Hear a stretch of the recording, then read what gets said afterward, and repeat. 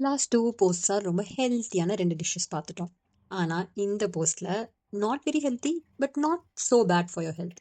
நல்ல காரசாரமா, புளிப்பா, கொஞ்சம் உப்பு அதிகமா இருக்கிற கருவாட்டு குழம்பு. இதுதான் இந்த போஸ்ட்ல நான் சமைக்க போறேன். இது எனக்கு ரொம்ப நாஸ்டால்ஜிக்கான ஒரு சமையல். ஸோ, என் பாட்டி தாத்தா வீட்டுக்கு எப்போ போனாலும் என் பாட்டி ரொம்ப ஆசையா செஞ்சு வச்சிருக்கிறது இந்த கருவாட்டு குழம்பு தான். நம்ம ஊர்லயே சில பேர் வந்து கருவாடா ஸ்மெல் அடிக்குது, அது இது எல்லாமே சொல்லுவாங்க. ஆனா, இங்க நெறைய ஃபுட்ல குட்டி நெத்திலி கருவாடு சேர்க்கறத நெறையவே பார்க்குறோம். அண்ட் நாசி, கோரிங் அந்த மாரி மலேசியன் ஃபுட் நெறைய இதில வந்து கருவாடு நெறையவே ஆட் பண்ணுவாங்க. இங்க கருவாடு ரொம்ப ஈஸியா கிடைக்கிற ஒரு விஷயம். ஸோ அது பண்றது ரொம்ப சிம்பிள்.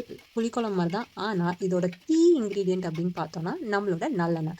நல்லெண்ணெயோட ஃப்ளேவர் எவ்ளோ நல்லா ரிச்சா இருக்கோ, அதுக்கேத்த மாரி குழம்பு ரொம்ப டேஸ்ட்டா வரும்.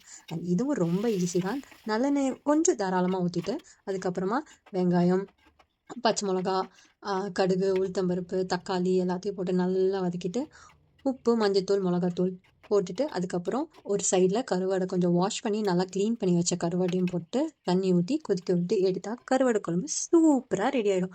அப்படியே உங்கள் பாட்டி செய்யறது ஞாபகம் வச்சுட்டு இந்த புளிப்பான காரசாரமான கொஞ்சம் உப்பு அதிகமாக இருக்கிற கருவாடு குழம்பை ரசிச்சு ரசிச்சு சாப்பிடுங்க. பாய்.